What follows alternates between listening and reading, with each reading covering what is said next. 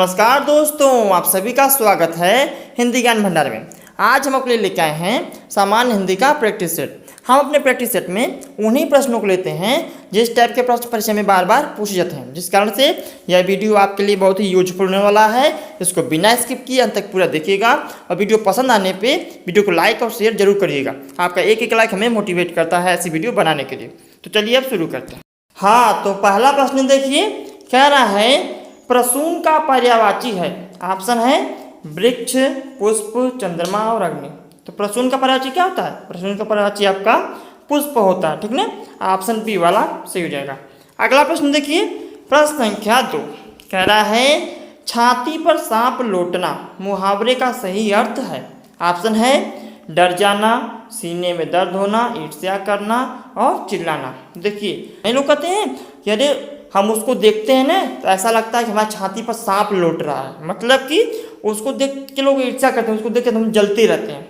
Option C वाला सही हो जाएगा। अगला प्रश्न देखिए, प्रश्न संख्या 3 कह रहा है लज्जित होना निम्नलिखित में से किस मुहावरे का अर्थ है। ऑप्शन है उलट जाना, आंख ऊपर न उठना, आंख से ओझल होना, आंख कान खुला रखना। तो लज्जित होना मतलब मुहावरा नहीं होता है कि आंख ऊपर न उठना, मतलब कि जो लोग लज्जित हो जाते हैं, शर्म से तार तार हो जाते हैं, वो अपनी आंखें क्या कर लेते हैं, नीचे कर लेते हैं, उनकी आंख ऊपर नहीं उठती है। ऑप्शन बी वाला सही हो जाएगा। आंख ऊपर न उठना का अर्थ होता है लज्जित होना। ऑप्शन बी वाला सही हो जाएगा। अगला प्रश्न देखिए, प्रश्न संख्या 4 कह रहा है कहाँ राजा भोज कहाँ गंगू तेली। लोकोक्ति का सही अर्थ है। ऑप्शन है दुख के बाद सुख का समय देखना, दोस्ती सदा बराबर की अच्छी होती है, बड़े लोगों के साथ छोटे लोगों की बराबरी नहीं हो सकती, ऊंचे पद से नीचे पद पर आना। देखिए कहाँ राजा भोज कहाँ गंगू तेली का अर्थ यही होता है ना कि कहाँ वो बड़ा आदमी और कहाँ तुम छोटे आदमी। तो बड़े लोगों के साथ छोटे लोगों की बराबरी नहीं हो सकती। ऑप्शन सी वाला सही हो जाएगा। अगला प्रश्न देखिए, प्रश्न संख्या 5 कह रहा है आकाश से बातें करना लोकोक्ति का सही अर्थ है। ऑप्शन है बहुत ऊंचा होना, बहुत तेज दौड़ना, अभिमान करना और कल्पना करना। देखिए आकाश से बातें करना का अर्थ होता है कि अभिमान करना। नहीं लोग कहते हैं कि वो तो बहुत ही ऊंची ऊंची बातें करता है, बहुत लंबी लंबी फेंकता है, मतलब बहुत अभिमान करता है, बहुत ही उसको अंदर क्या है कि घमंड आ गया है। ऑप्शन सी वाला सही हो जाएगा, अभिमान करना। अगला प्रश्न देखिए, प्रश्न संख्या 6 कह रहा है दो रिक्त स्थान के मेल से उत्पन्न विकार को संधि कहते हैं। ऑप्शन है शब्दों, पदों, वर्णों और वाक्यों। मतलब कि रिक्त स्थान में ऐसा क्या भरा जाए कि आपके संधि की परिभाषा पूरी हो जाए। तो संधि की परिभाषा क्या होती है? दो या दो से अधिक वर्णों के मेल से जो विकार उत्पन्न होता है उसे संधि कहते हैं। तो वर्णों किस ऑप्शन में? ऑप्शन सी में। ऑप्शन सी वाला सही हो जाएगा। और समास क्या होता है? दो या दो से अधिक शब्दों के मेल से जो विकार उत्पन्न होता है, जो नए शब्द बनते हैं, ठीक ना, समासिक शब्द जिसको कहा जाता है। अगला प्रश्न देखिए, प्रश्न संख्या 7 कह रहा है प्रत्यय का प्रयोग होता है। ऑप्शन है शब्द के आदि या प्रारंभ में, मतलब आदि का ही अर्थ होता है प्रारंभ, शब्दों के मध्य में, शब्द के अंत में, आदि और अंत दोनों में। तो उपसर्ग आपका आदि में लगता है, प्रत्यय का अंत में लगता है। ये चीज़ें आप अपने माइंड में सेट कर लीजिए। ऑप्शन सी वाला सही हो जाएगा। अगला प्रश्न देखिए, प्रश्न संख्या 8 कह रहा है निम्नलिखित में से शुद्ध वर्तनी का चयन कीजिए। ऑप्शन है वात्सल्य, वात्सलय, वात्सल्य, वात्सलय। देखिए हमने वर्तनी वाले वीडियो में अपने बताया था कि जब आप शुद्ध उच्चारण करेंगे ना किसी शब्दों का, जब शुद्ध आप पढ़ेंगे, शुद्ध बोलेंगे, तो आपकी वर्तनी कभी त्रुटि होएगी ही नहीं। तो वर्तनी त्रुटि कब होती है? जब हम शुद्ध बोलते नहीं या शुद्ध सुनते नहीं हैं। यहाँ पे देखिए वात्सल्य का जो शुद्ध उच्चारण होता है वो होता है वात्सल्य। तो ऑप्शन सी वाला सही हो जाएगा। जो ऑप्शन सी में है ना वात्सल्य, ये शुद्ध वर्तनी है। अगला प्रश्न देखिए, प्रश्न संख्या 9 कह रहा है अकर्मक का विलोम है। ऑप्शन है कर्मक, सकर्मक, कर्म और अकर्म। तो देखिए अकर्मक का विलोम होता है सकर्मक।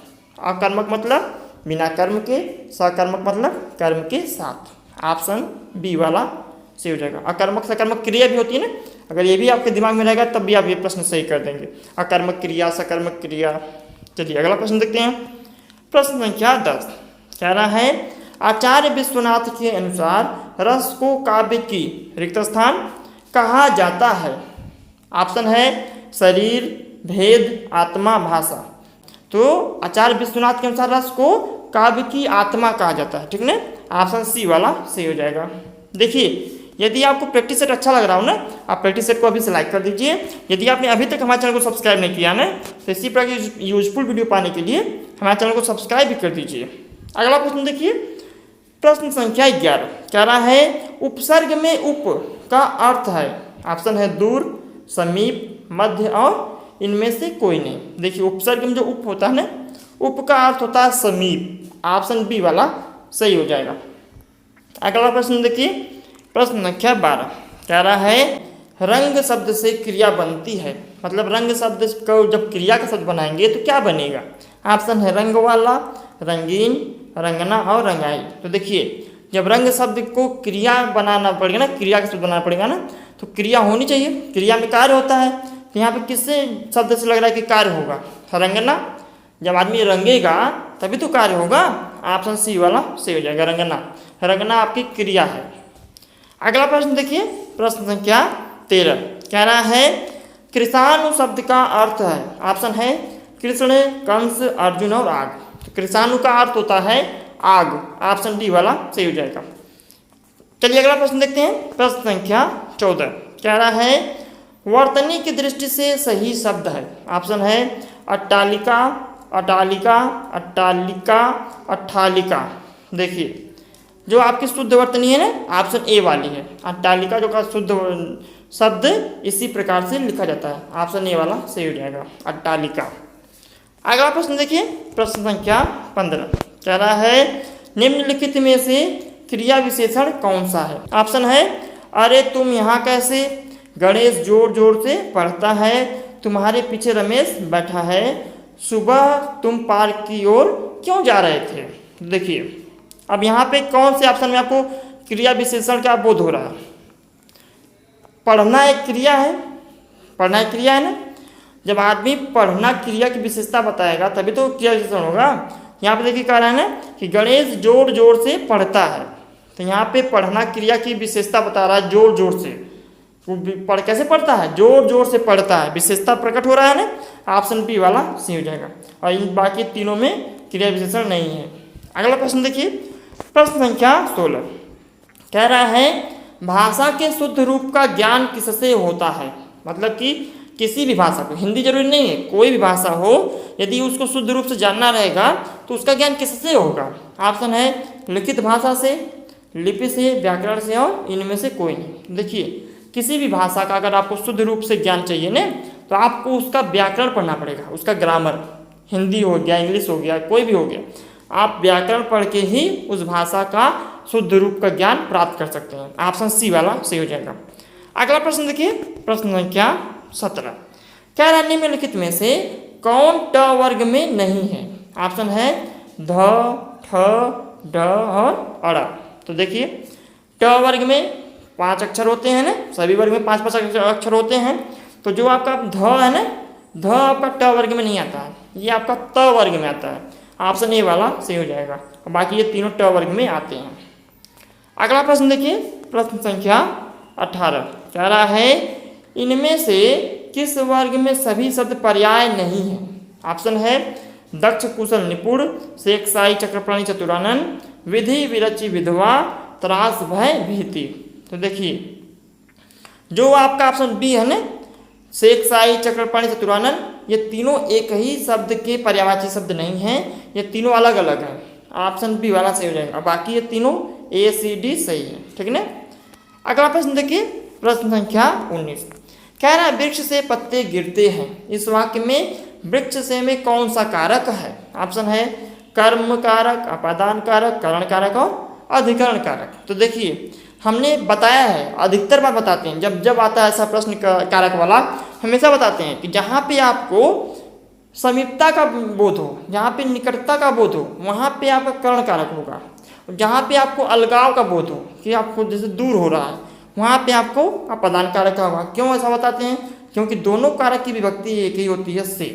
आपको उस वाक्य का भाव देखकर ही समझ में आना पड़ेगा कि वह भाव क्या है। जो कह रहा है वो अलगाव का भाव उत्पन्न हो रहा है, वहाँ पे समीपता का। अब इसको पढ़िए, इसको पढ़ने से क्या आपको प्रतीत हो रहा है कि वृक्ष से पत्ते गिरते हैं। जब वृक्ष से पत्ते गिरेंगे तो पत्ते क्या होंगे, वृक्ष के समीप आएंगे कि वृक्ष से दूर जाएंगे, दूर जाएंगे ना, वहाँ अलगाव होगा। जब अलगाव आप जिस भी वाक्य में देखें वहाँ पे हमेशा आपका अपादान कारक होता है। ऑप्शन बी वाला सही हो जाएगा। चलिए अगला प्रश्न देखते हैं। प्रश्न संख्या 20 कह रहा है निम्नलिखित वाक्यों में शुद्ध वाक्य का चयन कीजिए। ऑप्शन है भारत में अनेक जातियां हैं, भारत में अनेक जाति है, भारत में अनेकों जाति है, भारत में अनेकों जातियां हैं। तो देखिए आपका जो दो ऑप्शन है सी वाला और डी वाला, ये दो तो ऐसे ही कट हो गया, क्योंकि आपको पता है कि अनेक शब्द तो खुद ही बहुवचन है, तो अनेकों लगाने का क्या होता है, अनेकों शब्द नहीं होता, ठीक है। अब बचा दो, ऐसे आप करेंगे ना तो आपको थोड़ा समय बचेगा, अब दो ही में दिमाग लगाना है। अब देखिए अब जब अनेक बहुवचन है तो जाति होगा नहीं, ये भी कट हो गया, बचा क्या एक, तो ऑप्शन ए वाला सही हो जाएगा। भारत में अनेक जातियां हैं, बहुवचन लगाना पड़ेगा ना। अगला प्रश्न देखिए, प्रश्न क्या 21 कह रहा है निस दिन बरसत नैन हमारे में रस का चयन कीजिए। ऑप्शन है वियोग श्रृंगार, करुण रस, रौद्र रस और अद्भुत रस। तो देखिए निस दिन बरसत नैन हमारे का अर्थ क्या है कि वह दिनों रात, निस दिन दिनों रात क्या करते हैं, उसके नैन बरसते हैं। तो नैन कब बरसते हैं, जब अश्रु बहते हैं, जब आंसू बहती है। तो अश्रु कब बरसेगी, जब वियोग होगा, जब वियोग होगा तभी तो आंसू निकलेगी, तभी तो वहाँ पे आंसू झलकेंगे। तो वियोग श्रृंगार यहाँ पे ऑप्शन ए वाला सही हो जाएगा, ठीक ना। चलिए अगला प्रश्न देखते हैं। प्रश्न संख्या 22 कह रहा है अंक शब्द का निकार्थी शब्द नहीं है। ऑप्शन है पृथ्वी, संख्या, गोद, नाटक का एक भाग। तो देखिए संख्या भी अंक का अनिकार्थिक शब्द होता है, ये नहीं होगा। गोद भी होता है और नाटक का एक भाग भी होता है। पृथ्वी आपका अंक का अनिकार्थिक शब्द नहीं होता है, ऑप्शन ए वाला सही हो जाएगा। अगला प्रश्न देखिए, प्रश्न संख्या 23 कह रहा है पंच शब्द का अनिकार्थिक शब्द नहीं है। ऑप्शन है निर्णय करने वाला, पांच, ग्राम सरपंच और पंचानन। तो देखिए पंच शब्द का अनिकार्थिक शब्द आपका निर्णय करने वाला भी होता है, नहीं होगा, पांच भी होता है और ग्राम सरपंच भी होता है। ये जो पंचानन है ना, ये पंच का अनिकार्थिक शब्द नहीं होता है, ऑप्शन डी वाला सही हो जाएगा। अगला प्रश्न देखिए, प्रश्न संख्या 24 कहना है यमुना का समानार्थी शब्द है। ऑप्शन है देव नदी, कालिंदी, गिरा और रागिनी।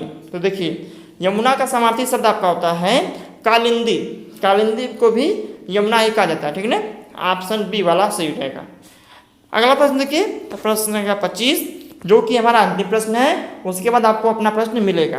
कह रहा है निम्नलिखित में असमानार्थक शब्द का चयन कीजिए। मतलब 4 ऑप्शन दिया है ना, इसमें से 3 ऐसे ऑप्शन हैं जो समान अर्थ वाले हैं और एक ऑप्शन ऐसा है जो उनसे भिन्न है, आपको उन्हीं को छांटना है। ऑप्शन है व्यथा, पीड़ा, संकट और दर्द। तो जो संकट है ना, संकट कई प्रकार से हो सकते हैं। आर्थिक संकट हो सकता है और भी संकट बहुत सारे होते हैं। संकट में जरूरी नहीं कि आपको दर्द हो, दर्द का मतलब होता है कि दुखे, ठीक है ना। तो व्यथा में भी दुखता है, पीड़ा में भी दुखता है और दर्द में भी दुखता है। ये जो तीनों हैं ये एक ही अर्थ के हैं। जो ये संकट वाला शब्द है ना, ये आपका इनसे अलग है, भिन्न है, ऑप्शन सी वाला सी हो जाएगा, संकट। और एक प्रश्न है आपके लिए जिसका उत्तर आपको कमेंट करके देना है। आपका प्रश्न है भाषा की सबसे छोटी इकाई है। ऑप्शन है शब्द, व्यंजन, स्वर और वर्ग। जिसका उत्तर सही होगा उसके कमेंट को हम पिन कर देंगे, सभी लोग देख सकते हैं। तो हमें उम्मीद है कि आपको वीडियो अच्छा लगा होगा। यदि वीडियो अच्छा लगा हो तो वीडियो को लाइक कर दें और अपने फ्रेंडों के साथ इसे शेयर भी कर दें, क्योंकि ज्ञान बांटने से ही ज्ञान बढ़ता है। और हमारे सभी अपडेट को पाने के लिए हमारे चैनल हिंदी ज्ञान भंडार को सब्सक्राइब करके बेल आइकन दबाना न भूलें। और यदि आपको इसकी प्रैक्टिस सेट की PDF चाहिए ना, तो आप PDF पाने के लिए हमारे टेलीग्राम चैनल हिंदी ज्ञान भंडार को ज्वाइन कर लीजिए, जो कि बिल्कुल निःशुल्क है। तो मिलते हैं अगले वीडियो में, तब तक के लिए धन्यवाद। Thanks for watching.